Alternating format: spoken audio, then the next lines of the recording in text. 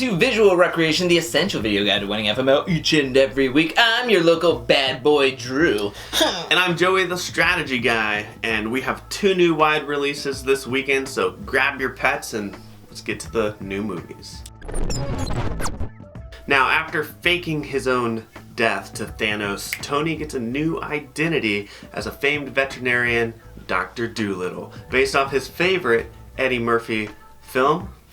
You guessed it, Dr. Dolittle. He must leave the comfort of his home and set sail for a far-off mythical land full of mythical creatures. Now, Dolittle stars Robert Downey Jr., Antonio Banderas, Emma Thompson, and Rami Malek, and this was written and directed by Stephen Goggin, who gave us such films as Traffic and The Alamo. Oh, you gotta always remember The Alamo. Yes, you do. Now, Pro Box Office has its long-range forecast at $22 million, which is actually a 21% decrease from last week's report. This has an opening weekend range of $20 to $35 million. That's a $15 million range. That is such a wide margin. That's like if the cable company was like, hey, we'll be out there between 6 a.m. and 6 p.m. I think they're just hedging their bets. They have no idea where to pinpoint this one at. To give you more on this movie, it's PG, it's a Universal picture, and it has a star-studded cast. Piggybacking on what you said earlier, it has John Cena, Octavia Spencer, and many more. That's right. Now, when looking at comps, we actually took a look at Mary Poppins Returns, which premiered December of 2018, and it made $23 million in over 4,000 theaters. Such a spoonful of sugar makes everything go down. And not only that, but we also looked at Christopher Robin, which premiered earlier, August of 2018, to $24 million in 3,600 theaters. Now, both of these movies are Disney, so they may not be the best comps when looking at Universal, but I feel like Universal is trying to make a whimsical fantasy adventure movie here, similar to Disney. In the most delightful way. Yes. But now, let's go into another non-Disney picture, and we're going to go into Bad Boys for Life. That's our biography together. Bad Boys for Life. For life. We're bad boys. Now, Columbia Pictures looks to re-energize their Bad Boys franchise with this movie in its 3rd outing. I'm gonna not lie, I copied and pasted the exact description from Rotten Tomatoes. I'll tell you right now, Dolittle had a paragraph and a half, a page and a half of synopsis, and Bad Boys gets one sentence. One sentence. And it doesn't even say anything about the film. So that's interesting right there. Bad Boys for Life stars Will Smith and Martin Lawrence. Who else? Realistically, this movie is credited with 3 writers, 2 of which have made more than one movie. We have Peter Craig, who wrote The Town, and then we also have Joe Carnahan, who wrote Death Wish. Not the good ones, 2018's Death Wish. Yes, now Pro Box Office has the long-range forecast at $32 million, which stayed the same from last week. It has an opening range, however, of $25 to $35 million. It's rated R, and it's a little over 2 hours long. That's right. When looking at comps and Sony Pictures rated R action films, we decided to comp this one to The Equalizer and Equalizer 2, where The Equalizer opened up in September of 2014 with over $34 million, and The Equalizer 2 opened in July of 2018 to around $36 million. So that's interesting kind of information. But with all that information, let's give you our personal thoughts on these movies and the week ahead in the movie radar, or Bar. Alright, so the first movie we're going to look at in the movie Modar is going to be Dolittle. Alright, so now, at the beginning, I will say that when I watched some of the advertisements and some of the previews for this movie, I was a little confused. And then when reading the description on Rotten Tomatoes, I got even more confused. But then I looked down and I saw Universal Pictures, and I instantly was like, I think I'm super confused, because I thought, because of Robert Downey Jr., this was a Disney film. But then it makes kind of more sense now that it's not a Disney film, that how confused I have been. If it was a Disney film, I think I would have more faith into it. But what do you think about everything I just said? Yeah, I mean... What's your initial thoughts? It's got a lot going on for Dr. Dolittle, who I initially thought was just a veterinarian who was really good at his job and could speak to animals. But it looks like their retelling of it's going to be a little bit different, or maybe a lot different. I think a lot different. I mean, I grew up with Dr. Dolittle, the Eddie Murphy movie. Right. And I was like, oh, this is going to be a nice one. But then when I'm watching the advertisements, I'm like, I don't know if I know the Dr. Dolittle that they're going for. And I definitely have no idea what Dr. Dolittle they're going for here. I thought our comps were decent with Christopher Robin. But again, those are Disney movies. Right. Universal doesn't really have this in its repertoire. That's why I don't think I could have. I mean, I looked at every Universal movie using the numbers.com, and nothing was just popping up that was like 100% or even like 90%. They've done normally just CGI, their own style, like with Secret Life of Pets and The Grinch type of thing. So be wary of that. Yeah. I mean, with the successful cast behind this, I mean, Robert Downey Jr., he's super successful with all his Marvel stuff. He's going to have to, I mean, he's carrying this movie. I think the numbers behind it, 25 or $22 million, I think it could get there.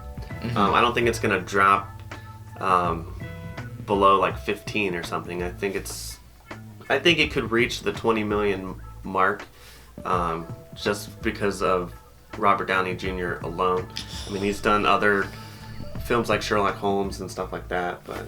Yeah, but I in saying that, I think this is a very highly contested, a lot of PG-13 that kids are able to go watch, and PG movies that are still out there doing some strong things. Yeah. And Star Wars is still out there. I'm just weary of this movie. I don't know if it's getting as much screen time as it could be. I don't know how well Universal is putting this out there to people, and if people are like really enticed by this movie. Again, I was confused when watching the previews, and I've only seen like a handful of them. So with that being said, I'm worried that this floor is lower than what the long range forecast is saying, and I think they're saying 20 million kind of is like an easy floor of like, oh, it's Robert Downey Jr. and a star-studded cast, but we've seen star-studded casts fall through the floor before, and so I'm weary that this one could make like 15 or in the teens. I don't know. And maybe is it too soon after the whole Endgame thing to see Robert Downey Jr. in a whole different movie? I don't know. That's what I'm gonna say. But you know what's not too soon? What's that? Is this Bad Boys for Life coming out? It's been a while. It's been a while. It's been a long while. Just to go over the history of Bad Boys. Bad Boys 1 came out in 1995. It made $15 million. Okay. It was a Cinderella story, but Will Smith was in high demand, so they didn't make another Bad Boys movie until 2003, 8 years later. And that one made $46 million in theaters. And then both men did other things and did all these other different projects, and now they're back for Bad Boys for Life, which is a third movie, which you painted yourself in a corner. Why would you name your movie Bad Boys for Life if it's the third movie? And then there's a Bad Boys 4 coming out. Then there's a Bad Boys 4 coming out. Just calm down. With Michael Bay. This one doesn't have Michael Bay. It's frustrating. It is. Why would you do that? Now Bad Boys for Life, and what are you gonna name? Bad Boys Forever. But that's stupid. But this one's coming out 17 years after 2003. No, I think people are wanting to see this more than Dolittle. Yes, I agree. I have family and friends that talking about movies that they are excited for. This is actually one of them. Nice. Now, as far as the amount of money that's going to make for Fantasy Movie League, I think it's probably going to hit somewhere in the middle of its range. Just because all the holdovers that are out there, we're in awards season. You have big holdovers that are going to do really, really well. You got movies like 1917. You got Star Wars. You got these bigger name movies that are going to make your lineups a little bit more challenging. And to throw in these movies that that are going to be middle of the road as far as their projections. Right. It's going to be tough. You also have to look at, say, Will Smith's appeal. I mean, we got Gemini Man pretty recently, which wasn't part of a franchise. I mean, you can look at Aladdin he did, which made buku's money, but that's a Disney film that with a known IP. Yep. You also have Suicide Squad, which was a superhero film that people were all gung-ho about, even though nobody liked it. So now you got this one, Gemini Man, just recently came out, didn't do so hot at the box office.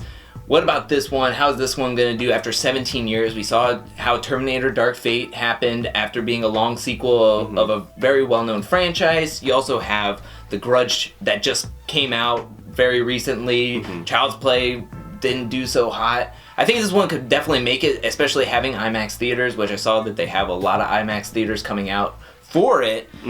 I just think it could hit more of the higher 20s, I would say. Yeah. Mid to higher 20s. I don't know if it cracks the 30, in my opinion, but you never know. Like you said, this is a action thriller. Maybe it's like one of those older dad movies taking their kids to it. Maybe they show Bad Boys 2, and let's just go out, see what could happen. You never know. Maybe this is the last one, or maybe this is the penultimate one. Yeah, it is a long time. It's that's what gets me, is 17 years. That's such a big, wide margin for it, but maybe nobody had a good script for it. And that's when they decided to make it. Until now. And now you can see it, but I'm looking at some more of the holdovers. I think as I'm just weary of the reboots, the remakes, the long sequels, and even this Dolittle film. So I'm going to be looking at more of the holdovers, see how they're priced, see what they're doing it, but you can never count out Knives Out, Frozen's still out there, Star Wars is out there, Jumanji. You never know. I think there's a ton of movies out there, and being in award shuffle, right? You just don't know. Yeah. You just don't know. Yeah. But that's what we know for this week. Thank you so much for watching, liking, commenting, subscribing, and all the support. We'll see you next time. Remember, sometimes you gotta risk it to get that biscuit.